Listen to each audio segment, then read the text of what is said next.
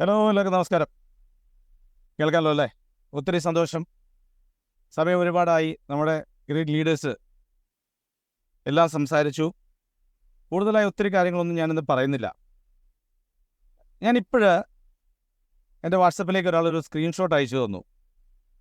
അതിൽ ഇങ്ങനൊരു ഒരു വാചകം എഴുതി വെച്ചിരിക്കുന്നു: ശ്രീഹരി സാർ മുങ്ങി. ഇപ്പം നിങ്ങൾ കണ്ടത് ശ്രീഹരി സാറാണ്. ആ ശ്രീഹരി സാർ മുങ്ങി എന്നാണ് നമ്മളെ സ്നേഹിക്കുന്ന ഒരു വാട്സപ്പ് ഗ്രൂപ്പിൽ വന്ന മെസ്സേജ്. എന്തിനാടോ? കഴിഞ്ഞ ദിവസം ഞാൻ പറഞ്ഞില്ലേ, വേണ്ട എന്ന് വെച്ചുകൊണ്ടിരിക്കുകയാണ്. എന്തിനാടോ? ബാക്കി ഞാൻ പറയണ്ടല്ലോ, വേറെ എന്തെങ്കിലും ഇല്ലേ? ഇത്രയേ ഉള്ളൂ. ഒരു പ്രാവശ്യം ശ്രീഹരി സാറിനെ വിളിച്ചപ്പോൾ അദ്ദേഹം ട്രാവലിംഗ് ആണ്. അദ്ദേഹം നമ്മളോട് ആദ്യമേ പറഞ്ഞിരുന്നു ട്രാവലിംഗ് ആണ്, വീട്ടിലേക്കൊന്ന് എത്തിക്കോട്ടെ എന്ന് പറഞ്ഞിരുന്നു. അതാണ്. അതുപോലെ തന്നെ ഹരീഷ് സാറും റേഞ്ചിൻ്റെ പ്രശ്നങ്ങളുണ്ട്. നമുക്കറിയാം പല സ്ഥലങ്ങളിലും. ശ്രീഹരി സാർ ചിരിച്ചുകൊണ്ടിരിപ്പുണ്ട്. പല സ്ഥലങ്ങളിലും മഴയും കാര്യങ്ങളൊക്കെയാണ്. ഇതൊക്കെയാണ് കാര്യങ്ങൾ. അപ്പം നമ്മളെക്കാൾ ആകാംക്ഷ പുറത്തുള്ളവർക്കാണെന്നുള്ളത് മനസ്സിലായില്ലേ? നമ്മളിങ്ങനെ ഉറ്റു നോക്കിക്കൊണ്ടിരിക്കുകയാണ്. എനിക്ക് പറയാനുള്ള ഇത്ര മാത്രമേ ഉള്ളൂ. ഇത് ഇനം വേറെയാണ്. എത്ര മാസമായി? 8 മാസമായി 1 രൂപ പോലും വരുമാനമില്ലാതെ, 8 മാസമായി 1 രൂപ പോലും വരുമാനമില്ലാതെ എല്ലാ മാസവും കയ്യിൽ നിന്ന് പൈസ കമ്പനിയിലേക്ക് കൊടുത്തുകൊണ്ടിരിക്കുന്ന ഒരു സമൂഹത്തെ നിങ്ങൾക്ക് ലോകത്ത് എവിടെ കാണാൻ പറ്റുമെന്നത് പറയാമോ? എവിടെ കാണാൻ പറ്റും? ഇതാണ് ഹൈറിച്ച്. ഇതാണ് ഹൈറിച്ച്. ഇവിടെ എല്ലാവരും നമ്മുടെ കൂടെയുണ്ട്. ഇന്ന് നിങ്ങൾ കണ്ടു ലീഡേഴ്സിനെ. സൂമിൽ എല്ലാവർക്കും വന്ന് സംസാരിക്കാൻ പറ്റില്ല. കാരണം പല പല കാര്യങ്ങളുണ്ട്, പല സാഹചര്യങ്ങളുണ്ട്. ഓരോ ദിവസവും ഓരോ ലീഡേഴ്സൊക്കെ വരും. അപ്പം നമ്മളൊരു ദിവസം ഒന്ന് മാറി നിന്നിട്ട് അടുത്ത ആൾ വരട്ടെ എന്ന് പറയും. അന്നേരം കമൻറ്റ് വരും, ദേ അവർ പോയി കേട്ടാ എന്ന്. ഞാൻ പറഞ്ഞല്ലോ, കഴിഞ്ഞ ഒരാഴ്ച ഞാനൊന്ന് മാറി നിന്നപ്പോഴത്തേനും ഉടനെ വന്നു, ഇപ്പം അദ്ദേഹത്തെ കാണുന്നില്ലല്ലോ. ഇനി വരും. നമ്മുടെ രൂപവും നമ്മുടെ ഭാവവും ഒക്കെ വിളിച്ചുകൊണ്ട്, പേരിട്ട് വിളിച്ചുകൊണ്ട് വരും. ഷമീന മാഡത്തിൻ്റെ ചിരി എങ്ങനെ ഉണ്ടായിരുന്നു എന്നൊക്കെ ചോദിച്ചുകൊണ്ട് വരും, ഇല്ലേ? കാരണം ഇവരിതൊക്കെ നോക്കിക്കൊണ്ടിരിക്കുന്നത്. എനിക്ക് പറയാനുള്ളത് ഇതാണ്. ഇവിടെ നമ്മുടെ ഓൾറെഡി മുനവസറിൽ തുടങ്ങി, ഷമീന മാഡം പറഞ്ഞു, വിജയ് സാറ് പറഞ്ഞു, ശ്രീഹരി സാറ് പറഞ്ഞു, എന്നിലേക്ക് എത്തി കുറേയേറെ ആളുകൾ കുറേ കാര്യങ്ങൾ നിങ്ങളോട് പറയുന്നുണ്ട്. ഇത് എല്ലാ ആഴ്ചയിലും, ഷമീനോട് അത് പറഞ്ഞാണ് തുടങ്ങുന്നത് തന്നെ, എല്ലാ ആഴ്ചയിലും ചുരുങ്ങിയത് ഒരു ദിവസമെങ്കിലും നമ്മൾ തമ്മിൽ സംസാരിക്കണം എന്ന് നമ്മുടെ ഒരു ആഗ്രഹമാണ്, അല്ലേ? അവിടെ അപ്ഡേറ്റ്സ് ഉണ്ടാകും, അവിടെ നമ്മുടെ കാര്യങ്ങൾ പറയാനുണ്ടാകും, അവിടെ അയൽവക്കക്കാർക്ക് കാര്യമൊന്നുമില്ല. പക്ഷേ ഇതൊരു നാട്ടിൻപുറത്തൊരു സിസ്റ്റത്തിലേക്ക് നമുക്ക് വയ്ക്കാം. നാട്ടിൻപുറത്ത് പറയുമ്പം നമ്മുടെ അയൽവക്കക്കാർ നമ്മുടെ വീട്ടിലേക്ക് വന്നാൽ ഒരാളും ചോദിക്കില്ല നീ എന്തിനാ വന്നതെന്ന്. അതേ സ്ഥാനത്ത് ടൗണിലാണെങ്കിൽ, ടൗണിലെ സംസ്കാരം അങ്ങനെയാണ്. നമ്മുടെ ഫ്ലാറ്റിലേക്ക് ഒരാൾ വന്നാൽ ഉറപ്പായിട്ടും ചോദിക്കും എന്താ വന്നതെന്ന്. നമ്മൾ ഒരു നാട്ടിൻപുറത്തെ ഒരു ശീലങ്ങളുമായിട്ടാണ് നമ്മുടെ ഹൈറിച്ച് ഇത്രയും നാൾ മുന്നോട്ട് പോയത്. കാരണം നമ്മൾ സ്നേഹിക്കുന്ന കൂട്ടായ്മയാണ്, സ്നേഹിക്കുന്നവരാണ് നമ്മുടെ മുൻപിലുള്ളത്. ഇല്ലായ്മയിലും ഉള്ളപ്പോഴും നമ്മൾ സ്നേഹത്തോടെയാണ് നമ്മൾ മുന്നോട്ട് പോയത്. എനിക്കിത്രേ നിങ്ങളോട് പറയാനുള്ളൂ. നമ്മളെല്ലാവരും ഇവിടെ ഉണ്ട്. നമ്മുടെ ലീഡേഴ്സ് എല്ലാവരും ഇവിടെ ഉണ്ട്. നമ്മളെല്ലാവരും ഒരുമിച്ച് തന്നെയാണ് നിൽക്കുന്നത്. ഹൈറിച്ച് എന്ന ഈ ഒരു കമ്പനി, ഈ ഒരു വികാരം ഇവിടെ ഇന്നലെയുണ്ട്, ഇന്നുമുണ്ട്, നാളെയും ഉണ്ടാവും. ഒത്തിരി നാളുകളൊന്നും നമുക്കിനി പോകേണ്ട ആവശ്യമില്ല. കാരണം അന്വേഷണങ്ങളില്ല. നമുക്കറിയാം കുറേ നാളുകളായിട്ട് അവരന്വേഷിക്കുന്നു. അന്വേഷണ ഏജൻസികളിൽ അവരുടെ ജോലി അവർ ചെയ്യുന്നു. ആ കാര്യങ്ങളെല്ലാം അവർ കൃത്യമായി ചെയ്യുന്നുണ്ട്. അത് ചെയ്തോട്ടെ. പക്ഷേ അന്വേഷണ ഏജൻസികളെ എന്ന് പറയുന്ന രീതിയിൽ, അന്വേഷണ ഏജൻസി പറഞ്ഞതാണ് എന്ന് പറയുന്ന രീതിയിൽ തെറ്റിദ്ധരിപ്പിച്ചുകൊണ്ടുള്ള വാട്സപ്പ് ഗ്രൂപ്പുകളിൽ വരുന്ന മെസ്സേജുകളിലേക്ക് നിങ്ങളൊന്ന് ശ്രദ്ധിക്കണം. ഇതേ എനിക്ക് പറയാനുള്ളൂ. കാരണം ഗവൺമെൻറ് ഒഫീഷ്യൽസിൻ്റെ ഫോൺ നമ്പരും അവരെ അഡ്രസ്സും വെച്ച് അവരാണ് പറഞ്ഞത് എന്ന് പറഞ്ഞുകൊണ്ട് നിങ്ങളുടെ വാട്സപ്പിലേക്ക് ഒരു മെസ്സേജ് അയച്ചാൽ അതിൻ്റെ നിജസ്ഥിതി മനസ്സിലാക്കുക. ഇന്നും ഇന്നലെയുമായി കറങ്ങി നടക്കുന്ന മെസ്സേജുകൾ നമ്മുടെ മുൻപിലുണ്ട്. ഹൈറിച്ച് എന്ന കമ്പനി ബഡ്സ് ആക്റ്റിലാണ് എന്ന് പറയാൻ ഇന്ന് ഇന്ത്യയിൽ ആർക്കാണ് അധികാരമുള്ളത്? ഇത് കോടതിയുടെ മുമ്പിൽ ഇരിക്കുമ്പോൾ കോടതി ഇത് ബഡ്സിൽ വരുന്നതാണ് എന്ന് വിധി പറഞ്ഞതിന് ശേഷം ആർക്കും പറയാം, അല്ലേ?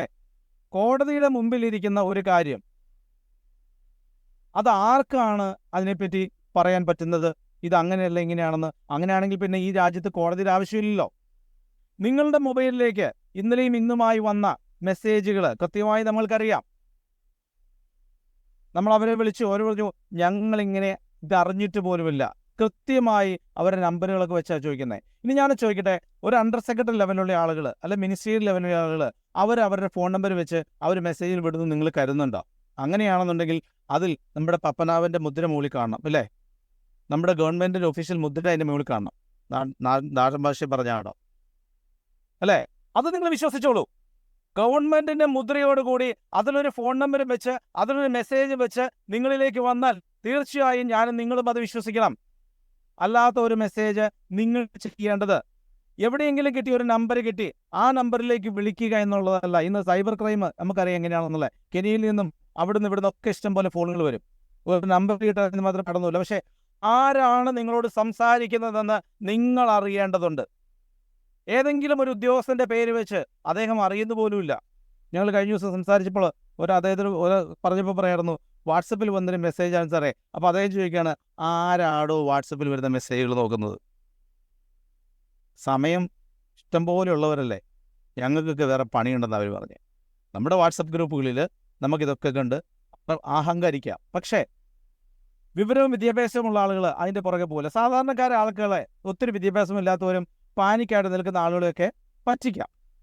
അവർ പറയാം, ദേ അങ്ങനെയാണ് കേട്ടോ, ഇങ്ങനെയാണ് കേട്ടോ, നമ്മൾ 40 പേരുടെയും 50 പേരുടെയൊക്കെ വരുന്നുണ്ട് കേട്ടോ എന്നൊക്കെ പറഞ്ഞുകൊണ്ട് ഇങ്ങനെയുള്ള കാര്യങ്ങളൊക്കെ അവർക്ക് ചെയ്യാം. അപ്പം എനിക്ക് നിങ്ങളോട് പറയാനുള്ള കാര്യം ഇതാണ്. 2 കാര്യങ്ങളാണ് എനിക്ക് നിങ്ങളോട് പറയാനുള്ളത്. ഏതെങ്കിലും അന്വേഷണ ഏജൻസികളിൽ ഉൾപ്പെട്ട ആളുകൾ നിങ്ങളോടൊരു കാര്യം പറഞ്ഞിട്ടുണ്ടെങ്കിൽ അവർ ചെയ്യുന്ന കാര്യം അവരുടെ ജോലി ചെയ്യുക എന്നുള്ളതാണ്. ഞാൻ എല്ലാ ഏജൻസികളെയും റെസ്പെക്റ്റ് ചെയ്യുന്നു. യൂട്യൂബിൽ വന്ന് അന്വേഷണ ഏജൻസികളെ തെറി വിളിച്ചവരും മോശമായ ഭാഷയിൽ സംസാരിച്ചവരെയും 2 ദിവസം മുമ്പ് നിങ്ങൾ കണ്ടു, ഇല്ലേ? അതിലേക്കൊന്നും ഞാൻ പോണില്ല, കാരണം വേണ്ടാന്ന് വെച്ചിട്ടാണ്. അതിനുള്ളതൊന്നും താങ്കൾക്കില്ല. അതുകൊണ്ട് അതിലേക്ക് ഞാൻ പോണില്ല. അപ്പോൾ എനിക്ക് പറയാനുള്ള ഇത്രേ ഉള്ളൂ. അന്വേഷണ ഏജൻസികൾ എന്തെങ്കിലുമൊക്കെ പറഞ്ഞിട്ടുണ്ടെങ്കിൽ അവർ അവരുടെ ജോലി ചെയ്യുന്നു. ആ ജോലി അവർ ഭംഗിയായിട്ട് ചെയ്തോട്ടെ. അതിനുശേഷം അവർ സമർപ്പിക്കുന്നൊരു സ്ഥലമുണ്ട്. അതാണ് പരമോന്നതമായ കോടതി എന്ന് നമ്മൾ പറയുന്നത്. നീതിന്യായ വ്യവസ്ഥയിൽ ഇന്ത്യയിൽ സുപ്രീം കോടതി വരെയുണ്ട്, ഏറ്റവും പരമോന്നത കോടതി വരെയുണ്ട്, ഇല്ലേ? അവിടെ നിന്നാണ് നമുക്ക് നീതി ലഭിക്കുന്നത്. ഹൈക്കോർട്ടിൽ നിന്നോ അല്ലെങ്കിൽ സുപ്രീം കോടതിയിൽ നിന്നോ ഇതാണ് കാര്യങ്ങൾ നടക്കുന്നത്. അവിടെ നിന്നാണ് തീരുമാനം വരുന്നത്. സജസ്റ്റ് ചെയ്യാം ആർക്ക് വേണമെങ്കിലും. ഇപ്പോൾ ഇന്ത്യയിലെ സംവിധാനങ്ങളിൽ നിന്ന് ഞാൻ വെല്ലുവിളിക്കുമല്ല, അങ്ങനെ ആരും പറഞ്ഞുണ്ടാക്കണ്ട. ഇന്ത്യയിലെ എല്ലാ നിയമ സംവിധാനങ്ങൾക്കും കീഴ്പ്പെട്ട് തന്നെയാണ് നമ്മൾ പോകുന്നത്.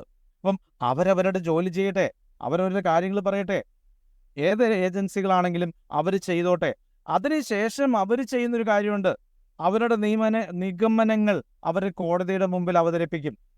ആ കോടതിയാണ് എന്താണ് ഫാക്റ്റ് എന്നും എന്താണ് സത്യമെന്നും എന്താണ് നിയമമെന്നും അവിടെ പറയുന്നത്. അവിടെയാണ് നമ്മൾ ശ്രമിക്കേണ്ടത്. ഇതൊന്നാമത്തെ കാര്യം. രണ്ടാമത്തെ കാര്യം, നിങ്ങളുടെ മുൻപിലേക്ക് വരുന്ന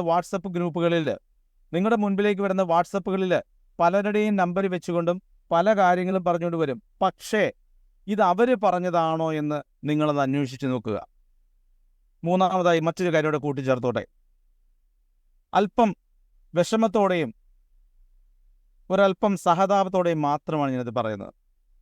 നമ്മുടെയൊക്കെ ചങ്കായിട്ട് നിന്ന ലീഡേഴ്സ്, എപ്പോഴും നമ്മുടെ കൂടെ ഉണ്ടാകുന്ന ലീഡേഴ്സ്, നിങ്ങൾക്ക് എന്ന് മുതലാണ് വെറുക്കപ്പെട്ടവരായി മാറിയത്? ഡിസംബർ 6-ാം തീയതി വരെ എപ്പോൾ കണ്ടാലും സ്നേഹിക്കുന്നവര്, എല്ലാ ദിവസവും കൃത്യമായി ഗുഡ് മോർണിംഗും ഗുഡ് നൈറ്റും ഒക്കെ പറഞ്ഞവര്, ഒരു പാത്രത്തിൽ നിന്ന് ഭക്ഷണം കഴിച്ചവര്, എൻ്റെ ചങ്കാണെന്ന് പല സ്റ്റേജിലും ഉറക്കെ വിളിച്ചു പറഞ്ഞവര്, ഇന്ന് എന്തേ നിങ്ങൾ ശത്രുക്കളെ പോലെ നിങ്ങൾ അവരോട് പെരുമാറുന്നത്? അവരാണോ ഈ കമ്പനി ഫ്രീസ് ചെയ്തത്? അവരാണോ നിങ്ങളുടെ പേയ്മെൻറ്റ് തരാതിരുന്നത്? ഈ കമ്പനി ഫ്രീസ് ചെയ്യപ്പെട്ടപ്പോഴും ഈ കമ്പനിയിൽ പേയ്മെൻറ്റ് കിട്ടാതെ വന്നപ്പോഴും ഈ കമ്പനിയെ ഒത്തിരിയേറെ ആളുകൾ ഒത്തിരിയേറെ ബുദ്ധിമുട്ടിലേക്ക് നയിച്ചപ്പോഴും അവരല്ലേ ഈ കമ്പനിയുടെ തിരിച്ചുവരവിന് വേണ്ടി മുൻപിൽ നിന്ന് നയിച്ചത്? എന്നിട്ട് അവരെ നിങ്ങൾ ശത്രുക്കളെ പോലെ കാണുന്നു. ഇന്നലെ കടന്നു വന്നവര്, ഈ കമ്പനിയെ എങ്ങനെയെങ്കിലും തകർക്കണമെന്ന് പറഞ്ഞവര്, അന്വേഷണ ഏജൻസിയുടെ മുമ്പിലേക്ക് തെളിവുമായിട്ട് ഞാനിതാ പോകുന്നു എന്ന് പറഞ്ഞവര്, ഇന്ത്യയുടെ നിയമത്തെ വെല്ലുവിളിച്ചുകൊണ്ട് നിങ്ങളുടെ എല്ലാ വിവരങ്ങളും എൻ്റെ കയ്യിലും ഞങ്ങളുടെ കയ്യിലും ഉണ്ട്, അത് ഞങ്ങൾ കൈമാറാൻ പോവുകയാണെന്ന് പറഞ്ഞവര്, നിയമസഭയിൽ പോലും ചർച്ച ചെയ്യപ്പെട്ടവര്, യൂട്യൂബിൽ വന്ന വാഴ്ത്തോന്നെല്ലാം വിളിച്ചു പോകുന്നവര്, ജോലി സമയത്തിരുന്ന് യൂട്യൂബ് ചെയ്യുന്നവര്, സ്ത്രീകളെ വളരെ മോശമായ രീതിയിൽ വിശേഷിപ്പിക്കുന്നവര്, ഇവരൊക്കെ പറയുന്നതാണോ ഇന്ന് നിങ്ങൾ കേൾക്കേണ്ടത്? ആലോചിച്ച് നോക്കിയോളൂ. ആലോചിച്ച് നോക്കേണ്ട കാര്യങ്ങളാണ്. പ്രിയപ്പെട്ടവരെ, നമ്മൾ ഇവിടെ ഉണ്ട്. നമ്മൾ തിരിച്ചുവരവിൻ്റെ പാതയിലാണ്. കുറേ നാളുകളൊക്കെ നമ്മൾ എടുത്തു. അത് സത്യം തന്നെയാണ്. പല പല കാരണങ്ങൾ അതിലുണ്ട്. ഇത്രയും പ്രമാദമായ ഒരു കേസ്, ഇത്രയേറെ ആളുകൾ ഇൻവോൾവ് ചെയ്യുന്ന കേസ്, ഇതെല്ലാം ഉണ്ട്. നമ്മുടെ അഡ്വക്കേറ്റ്സ്മാർ അതിൻ്റെ പ്രോപ്പറായ വഴിയിലൂടെ നടക്കുന്നുണ്ട്. ഹൈറിച്ച് എന്ന ഈ ഒരു ഇതുമായിട്ട് മുന്നോട്ട് പോകുമ്പോൾ ഒത്തിരിയേറെ ആളുകൾ നമ്മുടെ അഡ്വക്കേറ്റ്സൊക്കെ ആയിട്ട് കോൺടാക്ട് ചെയ്യാൻ ശ്രമിക്കുന്നുണ്ട്. പല ഇൻഫ്ലുവൻസ് അവർ ചെലുത്തുന്നുണ്ട്. അതിലേക്കൊന്നും പോകണ്ട. കാര്യങ്ങൾ വരും. ഒരു പക്ഷേ തെറ്റായ കാര്യങ്ങളൊക്കെ നിങ്ങളിലേക്ക് വരും. നിങ്ങളതൊന്നും മൈൻഡ് ചെയ്യാൻ പോകേണ്ട കാര്യമില്ല. പ്രോപ്പറായി അവർ കൃത്യമായ രീതിയിൽ അതിൻ്റെ കൃത്യമായ സമയത്ത് പ്രോപ്പറായ വഴിയിലൂടെ കാര്യങ്ങളെല്ലാം നടത്തുന്നുണ്ട്. നല്ല ഭദ്രമായ കരങ്ങളിലാണ്. നമുക്കറിയാം, ഇന്ന് ഏറ്റവും സീനിയർ ആയിട്ടുള്ള ലോയേഴ്സാണ് നമ്മുടെ കേസുകൾ നമുക്ക് വാദിക്കുന്നത്. അത് സെഷൻ കോടതിയിലായാലും ഹൈക്കോടതിയിലായാലും സുപ്രീം കോടതിയിലായാലും നല്ല നല്ല കാര്യങ്ങളാണ് ഇപ്പോഴും നടക്കുന്നത്. അതുകൊണ്ട് ധൈര്യമായിട്ടിരുന്നോളൂ. സുരക്ഷിതമായ കരങ്ങളിലാണ് നമ്മൾ. ദൈവസ്പർശമുള്ള ഈ ഒരു കമ്പനിയെ ഒരാൾക്കും തോൽപ്പിക്കാൻ പറ്റില്ല. ഒരാളും അതിലേക്കൊന്നും കൊണ്ടുപോകില്ല. അതുകൊണ്ട് നമ്മളിവിടെ ഉണ്ട്. ഹൈറിച്ച് എന്ന കമ്പനി ഇവിടെയുണ്ട്. ഹൈറിച്ച് എന്ന കമ്പനി എല്ലാ അന്വേഷണങ്ങളോടും സഹകരിച്ചുകൊണ്ട് നല്ല രീതിയിൽ നമ്മൾ മുന്നോട്ട് പോവുകയാണ്. നമുക്ക് എത്രയും പെട്ടെന്ന് നമ്മുടെ പേ ഔട്ടും കാര്യങ്ങളൊക്കെ, നിങ്ങൾ കളിയാക്കി വിളിക്കുന്ന പൂളിംഗത്തെ പറ്റിയാണ് ഞാൻ പറഞ്ഞത്. നമ്മുടെ പൂളിംഗവും നമ്മുടെ പേയ്മെൻറ്റുകളും നമ്മുടെ കാര്യങ്ങളെല്ലാം നമുക്ക് എത്രയും പെട്ടെന്ന് കിട്ടട്ടെ എന്നും നമുക്ക് പൂർവാധികം സ്നേഹത്തോടെ ഒരുമിച്ച് മുന്നോട്ട് പോകാൻ ദൈവം അനുഗ്രഹിക്കട്ടെ എന്നും പ്രാർത്ഥിച്ചുകൊണ്ട് നിർത്തുന്നു. Thank you very much.